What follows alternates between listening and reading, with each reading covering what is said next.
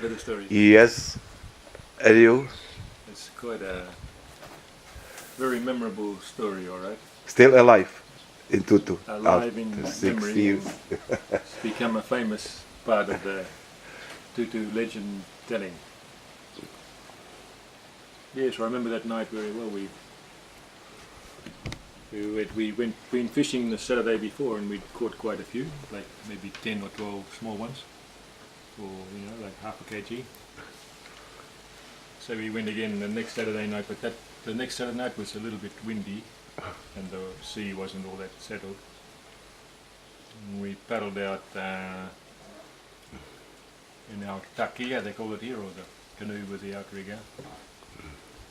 It would be, we paddled for 20 minutes, 2 men paddling, so I'd say it would be maybe somewhere between 1 kilometre or 1.5 kilometres off the shore.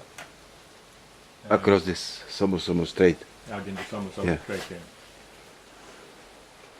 And lucky we made a line between Suya's house and the ship that was anchored out there, the Selfie.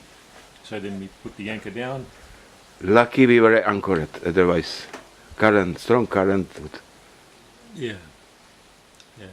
push me. Yes. Nobody would find me. If there hadn't been an anchor, that would have been the end. Bloody. Yeah, it could have even been both of us, because my first plan was when the boat capsized, and I thought the first plan was to stay with the boat. Like a lot of things, like it's easy to find a boat with 2 people than to abandon the boat, take a risk. But then as we were lying on top of the boat, I could hear the air coming out of the small hole in the bottom of the boat, so I realised that the boat eventually would go down. And also time that was high tide, so the current wasn't strong.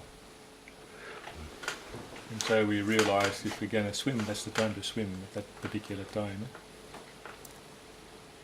But it wasn't an easy choice to make, because the shore was a long way away, and I thought to myself, if I don't make it, then we'll lose 2 lives, because if I don't make it to shore, then nobody will be able to get help. No one will know Ladi is here too. But I didn't know you reached the shore or not. I just was waiting. You didn't know. Right. So how did you feel during the waiting? No fear. I felt no fear. You didn't feel any fear? No. Did you feel confident that there would be some help? Yes. Yeah, you felt confident? Yeah. Well, that's good. I trusted you. Huh? I trusted you. Yeah.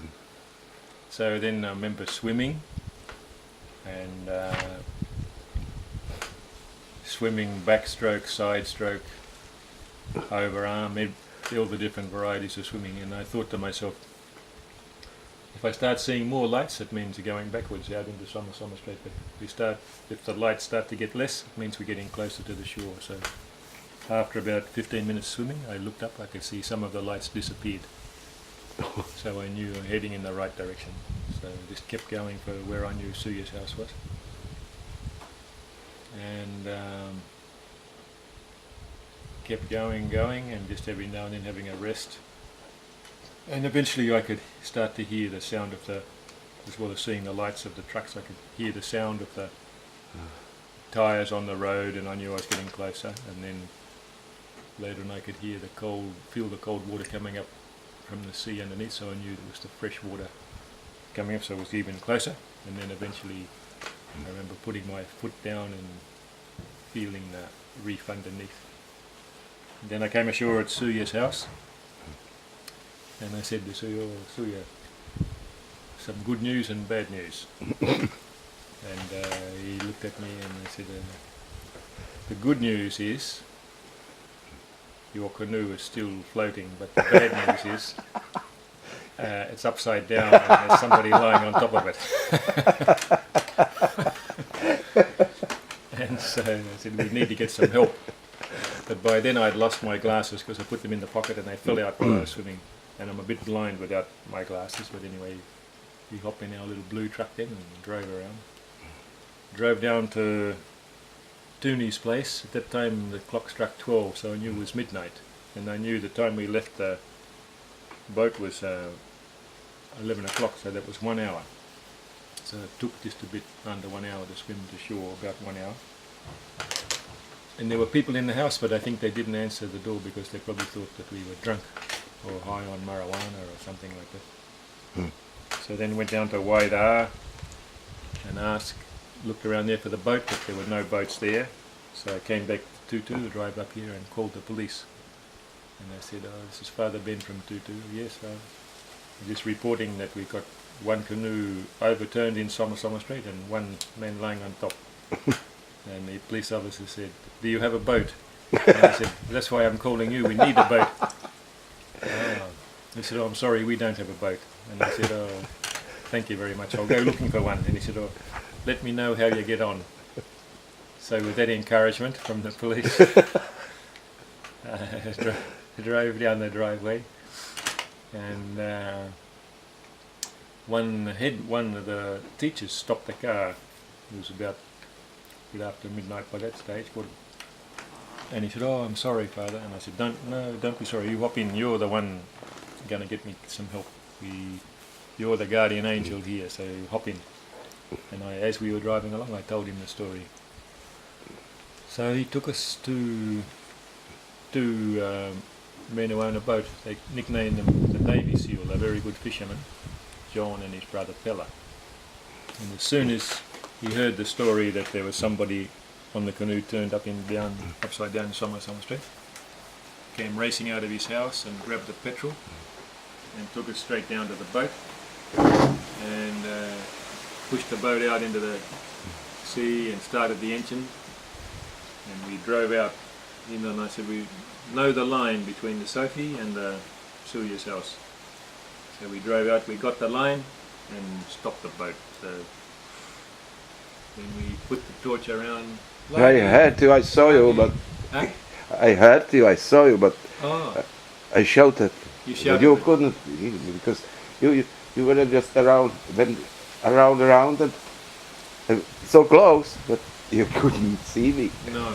You couldn't hear me And he said, because the engine. He said, "Too far? Are we out too far or too far in?" And I said, "Oh, maybe out a bit far. We just go in a little bit." So we drove in maybe another 100 metres or 200 metres. Stop again. Stop the boat and then put the torch around and called out, "Ladi, Ladi," and we heard the word, "Over here, over here." So then we shone the torch and there was Ladi lying on top of the canoe. So we went over and Ladi hopped in the boat Great relief. and we pulled up the anchor of the small canoe and we brought the canoe back to shore to Suya's house. And on the way back, remember you said to me, you said, "Do you remember, Ben, the last thing you said to me when you left the boat?" I said, "What was it?" You said, "Give me 2 hours."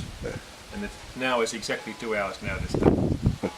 So, Fantastic. yeah, so then we... If you consider hopeless police, Oh, what? if you consider hopeless police, Yeah. so we were lucky, especially me. Yeah, so that was... and we came back here and had a few good whiskies I remember. to celebrate our new life. Thank you very much, Ben. So, story is still alive in it.